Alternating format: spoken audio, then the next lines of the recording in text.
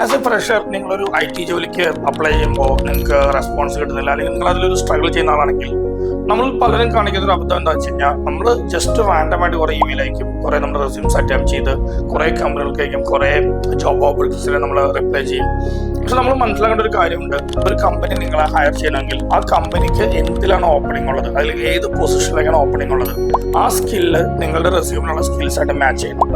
Skills വെറുതെ നമ്മൾ റെസ്യൂമിൽ ചെയ്തുകൊണ്ട് മാത്രമല്ല, നമുക്ക് അതിൽ നല്ലപോലെ ഒരു പ്രാക്ടിക്കൽ നോളജ് വേണം. നിങ്ങളൊരു IT ജോബാണ് നോക്കുന്നെങ്കിൽ ഒബ്വിയസ്ലി കോഡിംഗ് സ്കിൽ നിങ്ങൾക്ക് നല്ലപോലെ വേണം. ആ സ്കില്ല് പ്രൂവ് ചെയ്യാനായിട്ട് നല്ലപോലെ പ്രൊജക്ട്സുകൾ വേണം. ആ പ്രൊജക്ട്സ് എല്ലാം വെച്ചിട്ട് നിങ്ങൾ നല്ലൊരു പോർട്ട്ഫോളിയോ ബിൽഡ് ചെയ്യണം. നിങ്ങൾ നല്ലൊരു പോർട്ട്ഫോളിയോ ബിൽഡ് ചെയ്യണം മാത്രമായില്ല, നിങ്ങൾ ചെയ്യുന്ന കാര്യങ്ങൾ ആളുകൾ അറിയണം. അതിനുപറ്റി ഏറ്റവും നല്ലൊരു ഏരിയ ആണ് ലിങ്ക്ഡിൻ എന്ന് പറയുന്ന ഒരു മീഡിയം. നിങ്ങൾ ലിങ്ക്ഡിനിൽ അക്കൗണ്ട് ഉണ്ടാക്കുക, നിങ്ങളുടെ പ്രൊജക്ട്സുകൾ ഷെയർ ചെയ്യുക, നല്ല നല്ല കണക്ഷൻസ് ബിൽഡ് ചെയ്യുക.